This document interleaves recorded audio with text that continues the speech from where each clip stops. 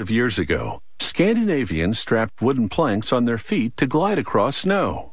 Those first skis enabled them to hunt and trap in the winter. Essentially, they skied to live.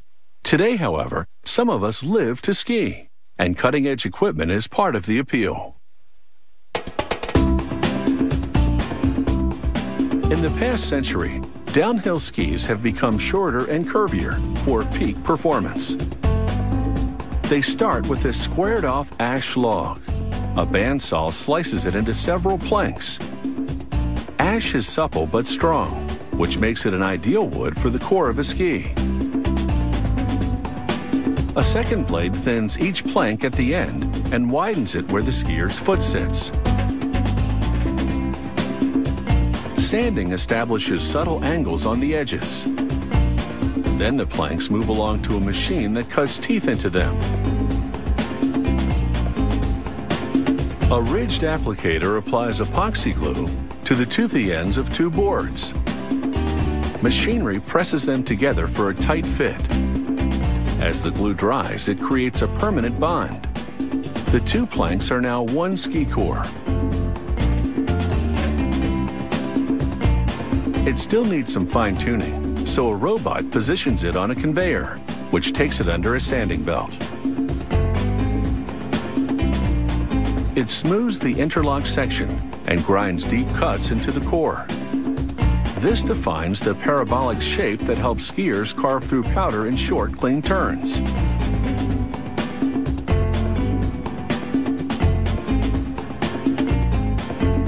They silkscreen graphic artwork and logos onto plastic.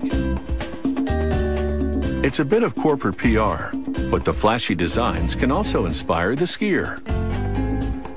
An operator then brushes a release agent into a mold as she prepares to build and shape several skis at a time. A little vacuuming gets rid of any dust that would sully the work. Then she tucks pieces of graphite-fortified polyethylene into the mold. It will form the base of the skis. She places rubber on the ends to minimize vibrations while skiing. Next come layers of special fiberglass that run the length of each ski. This material is both flexible and durable. It's been formulated specifically for skis.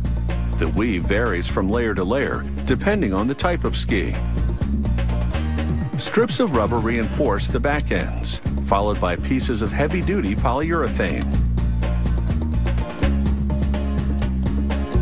The assembler places the curved wooden cores on top of the synthetic layers.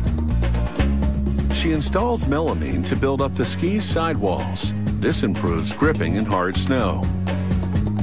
To provide a firm base for bindings, she covers the narrow waist of the ski with more fiberglass, followed by an aluminum plate to hold the binding screws in the ski.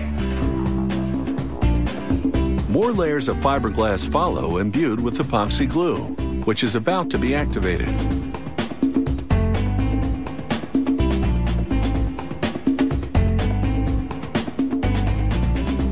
Once the colorful top sheet is secured, they close the mold.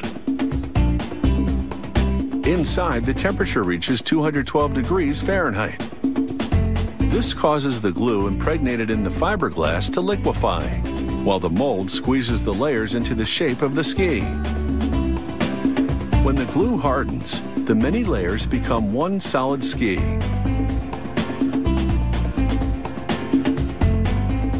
It's a fusion of synthetic, wood, and metal.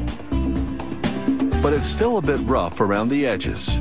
So this robot smooths the tip and tail of the ski against a sanding belt. The ski then travels over several grinding wheels. This cleans it up and creates angles for precision carving on the slopes. Then, like a powerful fist, this machine tests its flexibility and strength. Finally, a worker screws a rail system to the waist of the ski to make it easier for the ski shop to install bindings. Then it's all downhill from here, which of course is the whole idea.